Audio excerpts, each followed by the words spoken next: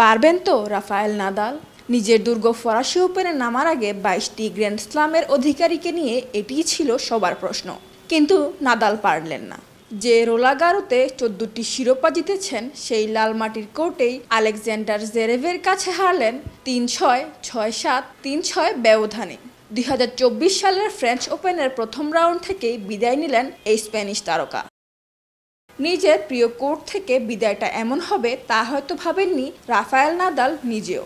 কিন্তু প্রকৃতির নিয়ম যেমন সবাইকে মেনে নিতে হয়, নাদালকেও তাই করতে হলো। ২০২২ সালে ১৪তম বার চ্যাম্পিয়ন হয়েছিলেন বছরের দ্বিতীয় গ্র্যান্ড স্লামে। গত বছর খেলতে পারেননি চোটের জন্য। দীর্ঘদিন ধরে চোট জর্জরিত নাদাল এবার রোল গারোসে অবাছাই। কখনো পায়ের পাতা, কখনো পিঠ, কখনো পেটের পেশি, যন্ত্রণা যেন অন্তহীন। মৌসুমের শুরুতে কোর্টে ফিরলেও ট্রফি জেতা হয়নি নাদালের। একটা ফাইনালেও উঠতে পারেননি। অবিশ্বাস্য মনে হলেও এটাই সত্য।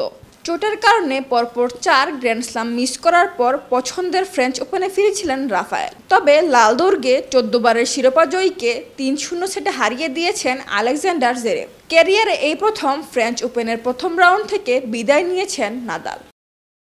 নিজের সবচেয়ে প্রিয় জায়গা রোলগারোতে যে করেই হোক খেলতে চেয়েছিলেন নাদাল। কারণ হতে পারে এটি হয়তো রোলাগারোতে তার শেষ ম্যাচ।